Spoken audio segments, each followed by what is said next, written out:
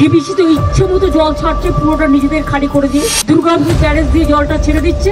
রাজ্যে জল বাড়লেই আমরা শুনতে পাই ডিবিসির কথা, উঠে আসে দামোদর ও দুর্গাপুর ব্যারেজের কথা। কোনো রাজনৈতিক প্রসঙ্গ না তুলে একটু বোঝার চেষ্টা করি আমাদের রাজ্যের সাথে ডিবিসির সম্পর্ক আর তার সাথে কেন জড়িয়ে এই দুর্গাপুর ব্যারেজ।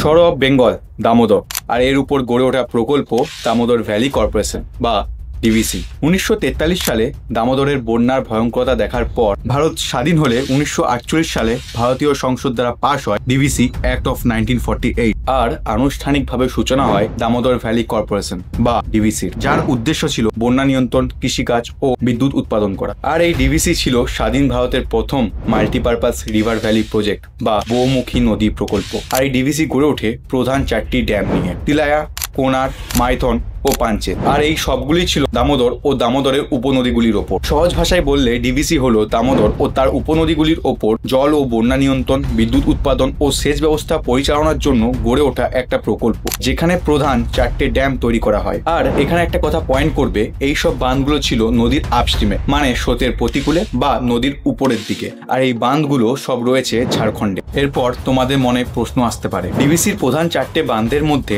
যেখানে দুর্গাপুর ব্যারেজের নাম নেই, তাহলে দুর্গাপুর ব্যারেজের সাথে ডিবিসির সম্পর্কটা কি? আগেই বলেছিলাম ডিবিসি দ্বারা নির্মাণ করা বাঁধগুলো ছিল নদীর আপস্ট্রিমে, তার ফলে উপরের জল নিয়ন্ত্রণ করা গেলেও নদীর ডাউনস্ট্রিমে মানে স্রোতের অনুকূলে বা নিচের দিকে জল নিয়ন্ত্রণের তেমন কোনো সঠিক ব্যবস্থা ছিল না। আর এই সমস্যা সমাধানের জন্যই 1955 সালে ডক্টর বিধানচন্দ্র রায়ের অধীনে তৈরি হয় এই দুর্গাপুর ব্যারেজ, যেটা ছিল ডিবিসি প্রকল্পের ডিস্ট্রিবিউশন কন্ট্রোল পয়েন্ট। আর এটাকে বুঝতে গেলে তোমাকে একটু জানতে হবে কে নিয়ন্ত্রণ করে এই দুর্গাপুর ব্যারেজ। ডিবিসি দ্বারা 1955 সালে এটা তৈরি হলেও এর ইরিগেশন সিস্টেম বা সেচ ব্যবস্থা 1964 সালে ওয়েস্ট বেঙ্গল জল দপ্তরকে হ্যান্ডওভার করা হয়। আর এই ইরিগেশন সিস্টেমের সাথে জড়িয়ে আছে ডিস্ট্রিবিউশন কন্ট্রোল পয়েন্ট, মানে ডিবিসির উপরে বাঁধগুলো থেকে ছাড়া জল এখানে, আর এই ব্যারেজ থেকে ক্যানেল সিস্টেমের মাধ্যমে বাঁকুড়া, হাওড়া, হুগলি, বর্ধমান, পূর্ব মেদিনীপুর ও পশ্চিম মেদিনীপুরের বিভিন্ন জায়গায় ও কৃষিকাজের ক্ষেতে জল পৌঁছায়। আর এই পুরো সিস্টেম কন্ট্রোল করে ওয়েস্ট বেঙ্গল সরকারের ইরিগেশন অ্যান্ড ওয়াটারওয়েজ ডিপার্টমেন্ট। সহজ ভাষায় বললে উপরের ড্যামগুলো থেকে কত জল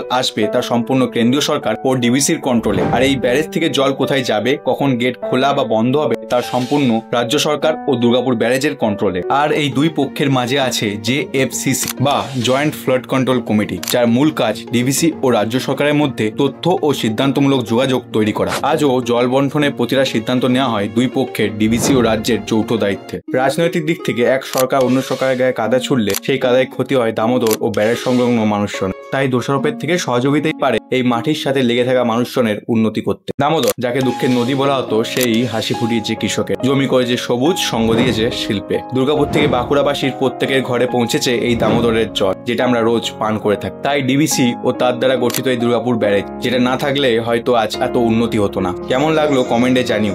আর যদি তুমি দুর্গাপুর বা বাঁকুড়ায় থেকে থাকো তাহলে শেয়ার করো। দেখা হচ্ছে পরের ভিডিওতে।